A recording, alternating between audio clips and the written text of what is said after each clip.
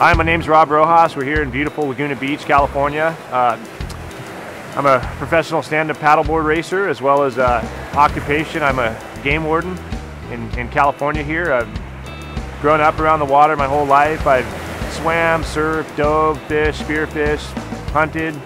I love it. Anything that has to do with the water, I love it. And when I first got into this sport, all I wanted to do was just get out and work out and have fun, be able to fish off of it, dive off of it. I wasn't even thinking of the whole racing side of things. I've got a couple of kids, and it just kind of snowballed from there. A couple of years ago, I met up with Tommy Donnelly down in Dana Point Harbor, and things just started going from there. I met him, and he started up with a SUP company in Laguna Beach here. And I'm proud, I'm stoked, I'm honored to be a part of his team, racing for him, racing his boards. And so he came up with this idea like, hey, let's have a 12-foot signature model for you. And his idea was, based off of what, my passion for the ocean, the water. I love to spearfish, dive, work as a game warden. So the idea was that, hey, let's build this board, let's combine all of that in there. So that's where the fish scales on the board come into play.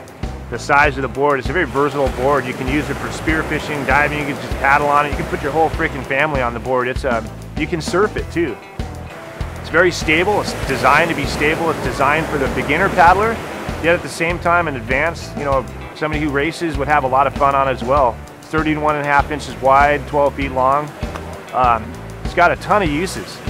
This sport brings people of all walks of life and abilities back to the water. Surfers, the elderly. There are elderly people that are paddling boards right now that are jumping on the water that otherwise they can't really surf anymore because they've had hip problems, they can't, back problems or neck problems. It's just bringing people of all walks of life to the water. There's nothing more special than teaching somebody how to stand-up paddle who's deathly afraid of the water. You get them on a big board.